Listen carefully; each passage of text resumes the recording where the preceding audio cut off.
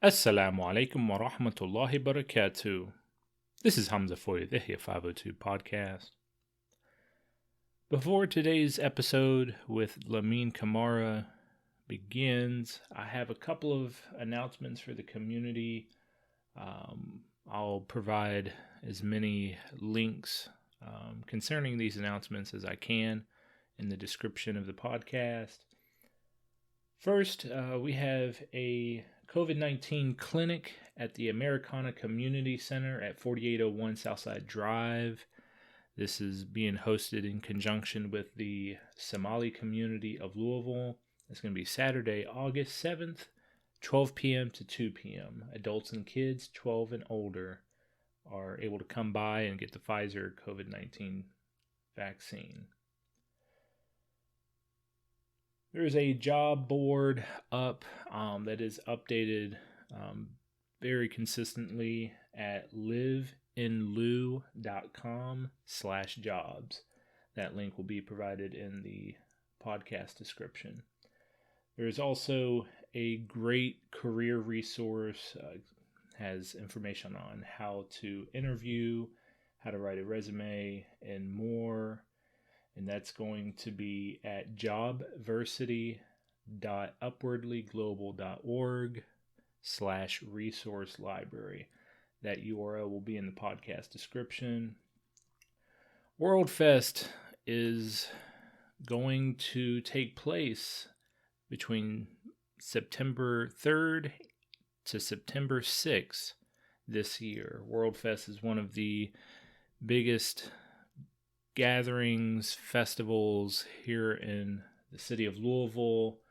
As many of you may have heard, there is a plan tentatively to have a Muslim bazaar as part of World Fest. If you are a restaurant owner, business owner, or if you have any number of unique faith and cultural items that you would like to present as part of this bazaar, please feel free to reach out to me by email or on WhatsApp. LIHEAP has summer cooling assistance designed to help offset the cost of higher electric bills due to rising temperatures. If you need assistance with your electric bill, please schedule an appointment by calling 502-991-8391. That's all for the announcements before this episode. Please enjoy. Assalamu alaikum wa rahmatullahi barakatuh. This is Hamza Foy with Ihya 502 podcast. I'm here with Lamine Kamara, who is an Arabic and Islamic studies student at a madrasah in Dayton, Ohio. I wanted to kind of pick his brain, get his perspective on the value, importance, and just kind of the day-to-day routine for those who are students of Islamic knowledge. So, Lamine, mashallah, I'm glad I caught you before you went to Dayton. If you can, just start us off. Tell us a little bit, like what's life like at a madrasa? Yeah. Alhamdulillah Rabbil Alameen wa salatu wa salam ala Rasulil Kareem. So, as a student of knowledge, someone who wants to tread the path of Islamic knowledge, first of all, this is very, a big worship of Allah subhanahu wa ta'ala. It's one of the things that our Nabi sallallahu alaihi wasallam encouraged the Muslims, right? And even if you cannot become a scholar, then you need at least the basic knowledge, the bare minimum, so that knowledge will allow you to worship Allah in a correct way. Yes. Right. I'm glad you started the conversation with that, because I'm teaching a class for new reverts to Islam, and we're having that same conversation where even if you're just a regular Joe, as they say in English, or fulan, whatever, it's important to have that basic fundamental knowledge of aqidah, like the creed, you know, what is Allah? What what's the belief in Allah? The belief in the Nabi sallallahu alaihi wasallam, and how to perform the fard ayn, the individual obligations. What are they? What's the difference between like the fard ayn, the fard kifaya, the communal obligations? Having that foundational knowledge, because once again, I mean, day to day, as Muslims, our worship does not stop. It's not something, I hate to say it, but like other religions here in the United States, they try to make it where it's like, oh, your religion is your private life. But like when you're out in public, oh, you're not, Christian or whatever. And it's like, as Muslims, no, we don't make that differentiation. We're Muslims out in public, by ourselves, with our family, with our neighbors, with our friends. We're Muslims 24/7, So you have to have that fundamental knowledge to know how to worship properly. So going to a what's the name of the madrasah? Falah Darin. Does it have like a meaning? Falah means success. Falah Darin, the abode of success. MashaAllah. So what kind of subjects do you guys study? So we studied many subjects, from Arabic to fiqh to tafsir, hadith, so many subjects. Nice. And the program is divided into two. One, we have the Hifz program, which is for people who want to just dedicate their time in memorizing the Quran. Gotcha. And the second part is the Alim course, which I'm in. The Alim course program is 6 years. So from first year, you're going to study the basics of Arabic, and you're going to work your way up till, the last year of your Alim course. And then after that, you get a certificate, and, they call you an Alim. Oh, so, yeah. No. So what I'm in right now, I'm in the Alim course, and so far I studied there for 2 years.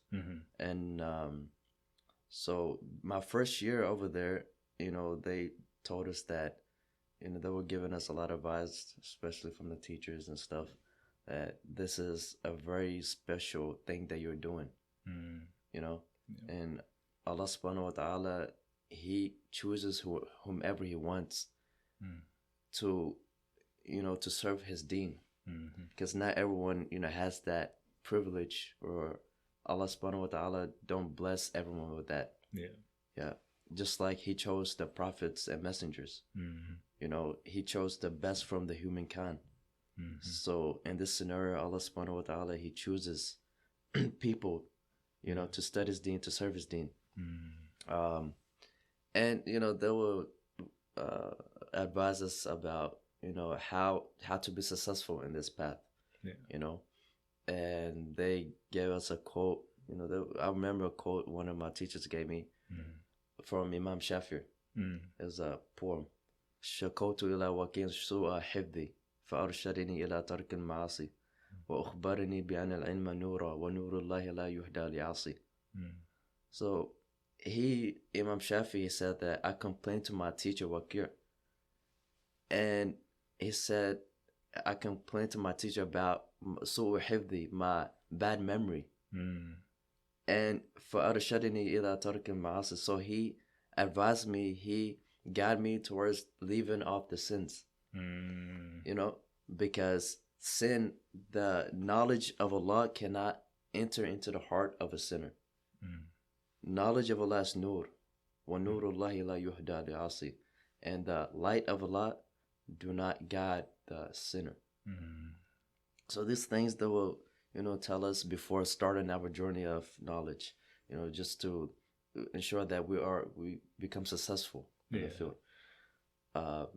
But for someone who wants to tread this path, he has to have certain qualities and characteristics. Like I just mentioned the poem, he has to be someone who's clean-hearted, who's pure. Obviously, we can't, we're not angels, right? We're gonna sin, but what we have to understand that you're a student of knowledge now. You're not like a normal person anymore. So you walk as a student of knowledge. You sleep like the student of knowledge. You know, you deal with people like the student of knowledge. You know, you live your life like the student of knowledge. You know. Yeah. Very nice. You know, that poem, I've heard that poem before, and you know, thank you for the translation. Just, you know, it helps remind me. It's so true. You know, I know that for, you know, a number of people, whether they're Muslim or not, you know, they see this kind of like, you know, division between like, okay, you know, knowledge, you know, you can't engage in sin and seek Islamic knowledge. They see that as like, oh, you know, that's really strict. But like I tell a lot of people, I'm like, it's, you know, when you think of sin as just like, oh, you say a bad word, you don't understand that like in Islam, you know, sin can be a multitude of things. And like one that comes to attention, especially with regards to studying, is like distractions. You know, especially like, you know, in this modern world, we have so many distractions, whether it's, you know, watching, you know, inappropriate videos, whether it's, you know, listening to, you know, music. People don't really sit and think, what am I exposing myself to? Right.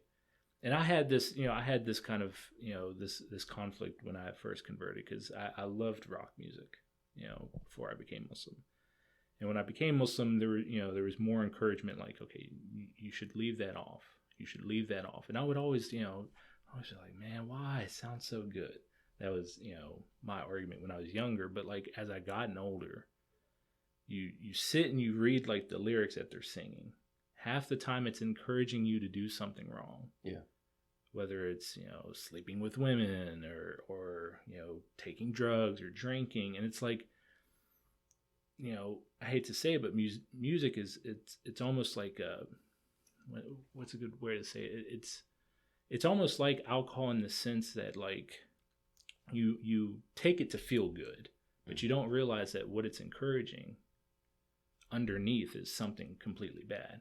So it's like, okay, you listen to music, oh, it sounds good, not realizing you start singing the lyrics. You're not realizing that half the words you're saying is stuff that you wouldn't say in front of your mom. You wouldn't want to see your friends doing. And, you know, this, you know, the poem, because I think one of the translations that I read of the poem was like, you know, you're exposing your eyes and your ears to like, you know, what's not lawful. And it's like, you know, nowadays I tell people, I'm like, you know, stuff like, you know, the social media, the videos we watch, the music that you're listening to, you guys don't realize if you actually sit and think about what's being said or what's being shown, you'd realize, man, I'm exposing myself to a lot of harm. Right. You know? So yeah, I know a little tangent from that poem from Imam Shafi'i. Yeah. So, you know, we were talking a little bit before we started recording about like these different titles. So you use the word alim. Yes. With that like title of alim, is this like, so like for example, there's the title like a mufti, and that's somebody who can issue like a fatwa. Yeah. So with an alim, is that title, does it have any like significance? Well, an alim is someone that when we refer to someone as an alim, this person he studied, right? He studied under a sheikh, or he studied in a university, and so he has the knowledge of, you know, he has the knowledge of Qu'ran, Hadith, tafsir, but it doesn't mean that he can give fatwa. That's what a mufti is, right? Yeah. But at the same time, it doesn't mean he's lesser than a mufti. Yeah. You know, they have equal knowledge. Yeah. Somewhat, but the mufti, he just has the, you know, ijazah to give fatwa. Gotcha. You know, but I mean, an alim can give fatwa also. But when it comes to the mufti, he actually went through that training. Yeah. Right. He went through that training and, how to give fatwas and stuff like that. Yeah. But there are, I know some classmates of mine, and I heard from my teachers, after when they graduate, they will move on to, higher education. They will pursue mufti courses and, other courses like that. Yeah. Awesome. Like specialization. Yeah. And I think for a lot of, like lay people like me, I don't think we appreciate the depth of like the Islamic sciences. Yeah. Unfortunately, I think the way people think is, okay, so there's Islam. Okay, so I just need to know who God is, who the Prophet is. Okay, then they think like for them that's sufficient. Now, for some people, that's all that they're going to know. It's just that very rudimentary. Okay, you know the Aqidah, which I hate to say it. There's a number of Muslims who don't even know their own Aqidah, but okay, you get the Aqidah, but with the Islamic sciences, you have, like you said, these specializations. Like I know one brother, his name's Joe Bradford. He had studied in Medina, but his specialization was Islamic finance. Oh, okay. So like he's one of the scholars. I think he's based here in the United States. He might be overseas, but he specializes in, okay, what is riba? What are these different, like the loans? Okay, what should you avoid when dealing with like banks? Or even like you have like these recent like the Bitcoin, all these what they call cryptocurrencies. Okay, which of those are permissible? So like he has like very detailed knowledge about that specialty. But when it comes to like maybe marriage or family law, he's not going to be like, okay, I'm going to tell you what to do, because once again, that's not his specialization. Okay. And there's some people, they get specialization dealing with marriage, with family law. The Islamic sciences are very, very detailed. Yeah. And I think, you brought up another good point, which is, when you tread that path of seeking, Islamic knowledge, you start to, as you get further and further into your studies, you start to enter that category. There's a hadith where the Prophet Muhammad sallallahu alaihi wasallam, he said that the scholars are like the heirs of the prophets. Yeah. So obviously, yes, Nabi Muhammad, last prophet, no prophets after him, but it's almost like the scholars, we should show deep respect. Of course, once again, we're not saying they're in the category of prophets, but like he said, the scholars are the heirs of the prophets. And there's the other hadith that the nearer we get to the end of time, one of the signs is that Allah will start to remove the scholars. He removes the scholars so that now we will eventually get to a point where there's not going to be anybody knowledgeable about the deen anymore. Definitely. And I think people should understand, like, that's not something that we should be racing to. Yeah. That's something we should be avoiding. So, encourage people to, attain, the Islamic knowledge, be students of the Islamic sciences. Yeah. So, if you can, just describe, like a random day in the life of a student. Okay. Yeah, so first of all, our day starts at Fajr. Mm-hmm. So we come to the masjid, we pray our Salatul Fajr, and then afterwards we have tilawat of the Qu'ran. So all the students, they gather in the masjid, and we open the Mus'haf, we read, some surahs, maybe until Ishraq time. So we read until Ishraq time. When Ishraq comes in, we pray our 2 rak'at, and then afterwards we go in the kitchen, then we eat breakfast. So after eating breakfast, the class starts. So my class, the first class I have is Nahu, Arabic grammar. Okay. So that's the first class I take. And so after Arabic grammar, I have Hadith class. So that's something they put into the schedule, but before it wasn't, because the year I'm in right now. So that's part of the curriculum. We're studying Riyadh al-Salihin from one of my teacher, Sheikh Ibrahim. So he teaches Riyadh al-Salihin, and after his class, we have fiqh by Sheikh Ismail. So he teaches fiqh to us, and then after fiqh, I have i'rab al-Quran. So i'rab al-Quran is basically, it's like a tafsir, but it doesn't go into the meanings. Gotcha. It talks about the linguistic part. Oh, okay. So it talks about the grammar part, actually. Yeah. So it talks about, like, if this word was not there, then how would it be? For example, Alhamdulillah alladhi anzala ala abdihi al-kitaba wa lam yaj'al lahu iwaja. So in that ayat, maybe iwaja could be referring to something, right? But it's not there, it's hidden. So how can we, like, so into it just goes deeper and deeper. It just goes deeper and deeper. And after that class, we have qaylula. Qaylula, we take a nap. So starting 11:20 to dhuhr. So when dhuhr adhan comes in, so students have to wake up, and make wudu and go downstairs, pray at dhuhr salah. So after dhuhr salah, we have lunch.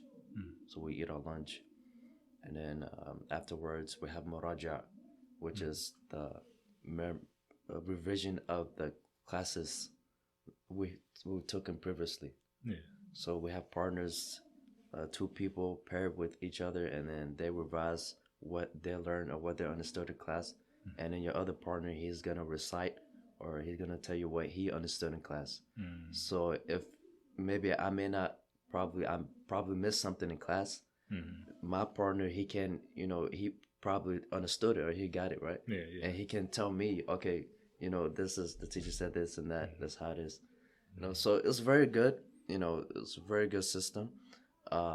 So after, between that time, Muraja time, we have a teacher, Qari. His name is Sheikh Sha'ban, a graduate from University. He studied in Egypt. What's that university? Is it Azhar? Azhar, yeah. Azhar University. So he studied there. He specialized in, qira'at of Quran and stuff. So he comes and, take... Qira'at is like recitation style, right? Yeah, recitation style. Gotcha. And the different modes of recitation stuff. Gotcha. Yeah, so we spend one-on-one time with him, 10 minutes minimum, maximum.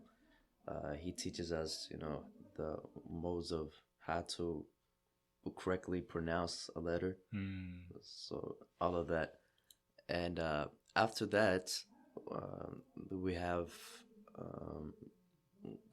studying time, right? So after the muraja time, we sit, and everyone have their own desk with their books, and we study the pages we have to read to the teacher the next day, or what the teacher's gonna teach us the next day. So we study those pages, we try to understand them, so we don't come into class like clueless, like not understanding what the teacher's talking about. And after that, our teacher, the principal, Sheikh Suleiman, he's gonna read a book for us, maybe a story of the Sahabas or a Hadith, but it's all in Arabic. He's not gonna speak English, all in Arabic. Wow. Because the main goal is to try to understand Arabic. Try to get it fluent, in your tongue, understand it. Because when you go to the later years, third year, fourth year, fifth year, sixth year, the whole class is going to be in Arabic. And if you don't have that, strong foundation, then you're going to start suffering, Man, I remember, so I took Arabic at U of L, Fushat, and one of the things that I wish we did, or I wish we had done, was actually immerse ourselves in the language. Like they say that, like studies show that if you're put in a position where they're only speaking the language you're trying to learn, for you it's going to be quicker to like pick it up, because basically you're put in a position where it's like, if I don't like pay attention, if I don't listen for like repeating words and try to figure out what they mean, you're learning the language slower. So how you explained, like they're reading the stories of the Sahaba only in Arabic. It I know I was probably one of few in the class that suggested, like, let's do the same thing, like teach the Arabic class in Arabic. And I know a number of people were like, Hamza, come on, man. Like, but I was like, look, we learn quicker if we do something like that, like you described. You have to be in an environment. You pointed out, so you learn like Arabic grammar.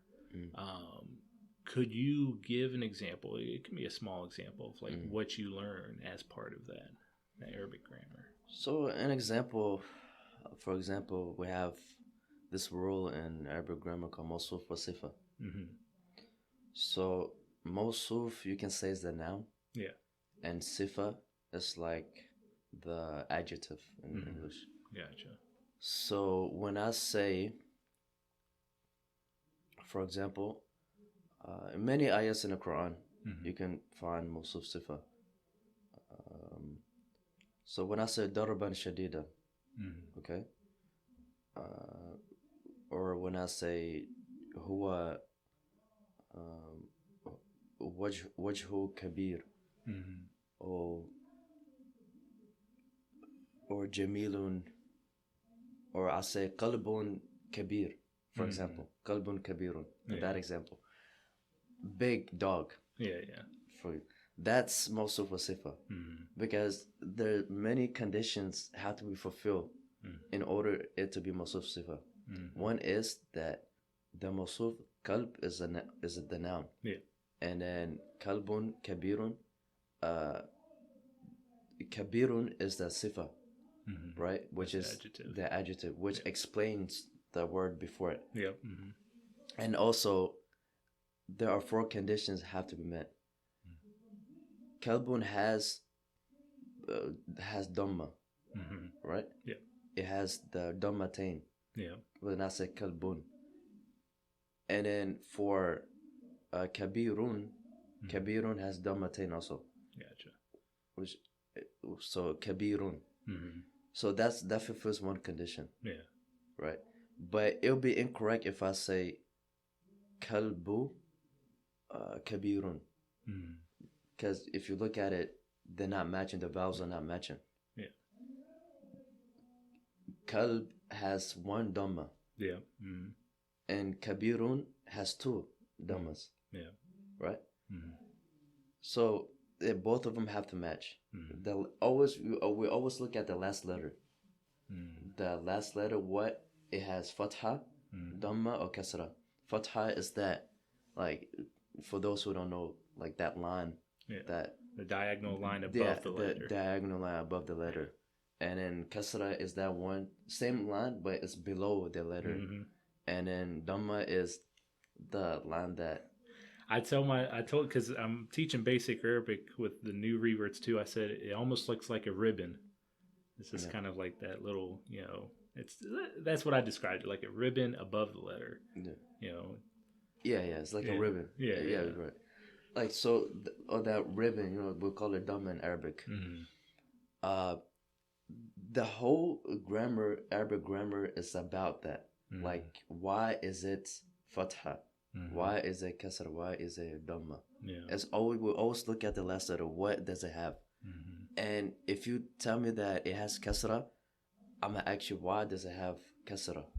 There has to be a grammatical reason behind it. Yeah. So there's a lot. There's mubtada wa khabar. Mubtada is like the beginning of the sentence, and khabar is what follows. Khabar is basically, you can say, information. Yeah. Right. That's like just the basic structure. Yeah. I mean, I know growing up, because a lot of people that go through like American schools, the elementary education was where they taught you like, okay, the grammar of English, that sort of thing. And people nowadays, they say, well, okay, why is grammar important? And I tell them, I was like, grammar is important because, okay, if two people are having a conversation or two people are writing to each other, you have to have agreed rules on how to like write your sentences, Right. How to communicate. That's the thing. It's the structure. We have to have an agreed upon structure in order to write. Like I can't. So like I'm thinking in English. More about Arabic, but like in English, the dog ate the cat. Okay, that tells you okay. There's a dog, and it's performing an action. Right. Against another animal, cat being okay. But what if okay, the dog ate the cat. Well, then you write back, the cat ate the dog. Okay, well, once again, we have an issue of communication because I'm saying one thing, it means something completely different. You're saying another thing that's completely different. That's the importance of grammar, is you have to have those agreed upon rules to explain, to be able to communicate, subhanAllah. So you mentioned Arabic grammar. So with the Hadith classes, and see, this is really interesting because if you read a lot of like the classical scholars, they actually, in your setting, it's good to study Hadith because you have a teacher. Right. But it was actually discouraged for people to just read the Hadith by themselves without like somebody of knowledge to explain what they mean. So like when you guys read the Hadith, you're reading from Riyadh al-Salihin, for example. Is it more to memorize the hadith or to like understand from this hadith we take like this ruling?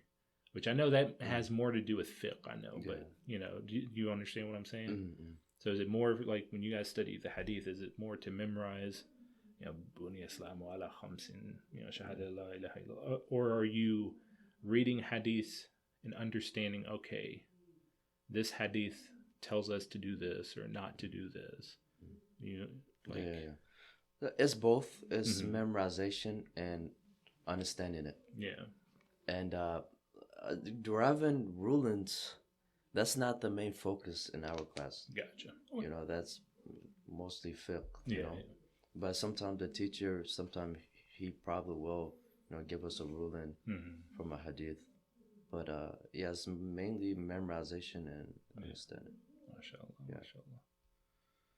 Awesome. Yeah. Okay, to end the podcast, I'm gonna give you a little challenge. Have you ever heard of an elevator pitch, where you're pitching an idea to somebody? Like you get the elevator, like to give. So like idea. Where you're pitching an idea, like you're trying to persuade somebody. Oh, okay. Give an elevator pitch for why somebody should go to a madrasah or any kind of like Islamic education like institution. There's no right or wrong answers. I just end on a challenge. Just give like an advice.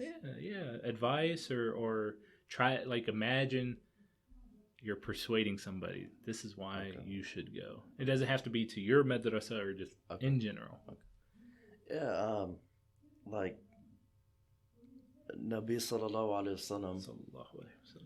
He said in a hadith that the alim is way stronger against the shaitan than abid, than a worshipper. Because the worshipper, he may just just pray at night, pray tahajjud, make his dhikr, and send salawat upon the Prophet. He could be a saint, but the alim, he has knowledge. The saint, he's only worshiping Allah. The alim, he has knowledge. He put that knowledge into practice. The proper alim, he put that knowledge into practice, and by that he teaches people. He gives dawah. So he's doing everything. Yeah. The abid, he's only restricted to one thing. And if he had the knowledge too, then that's even better. Yeah. But my point is that knowledge is power, just like we say in here in America. Yeah. Knowledge is power. If you have knowledge, then you can, like, I mean, look at the workforce, for example. If you want to rise, if you want to go up in your workplace, you need experience. You need the qualifications. Right. So in our deen, knowledge of the deen is like emphasized. Knowledge of the dunya is there too. Obviously we have to learn that.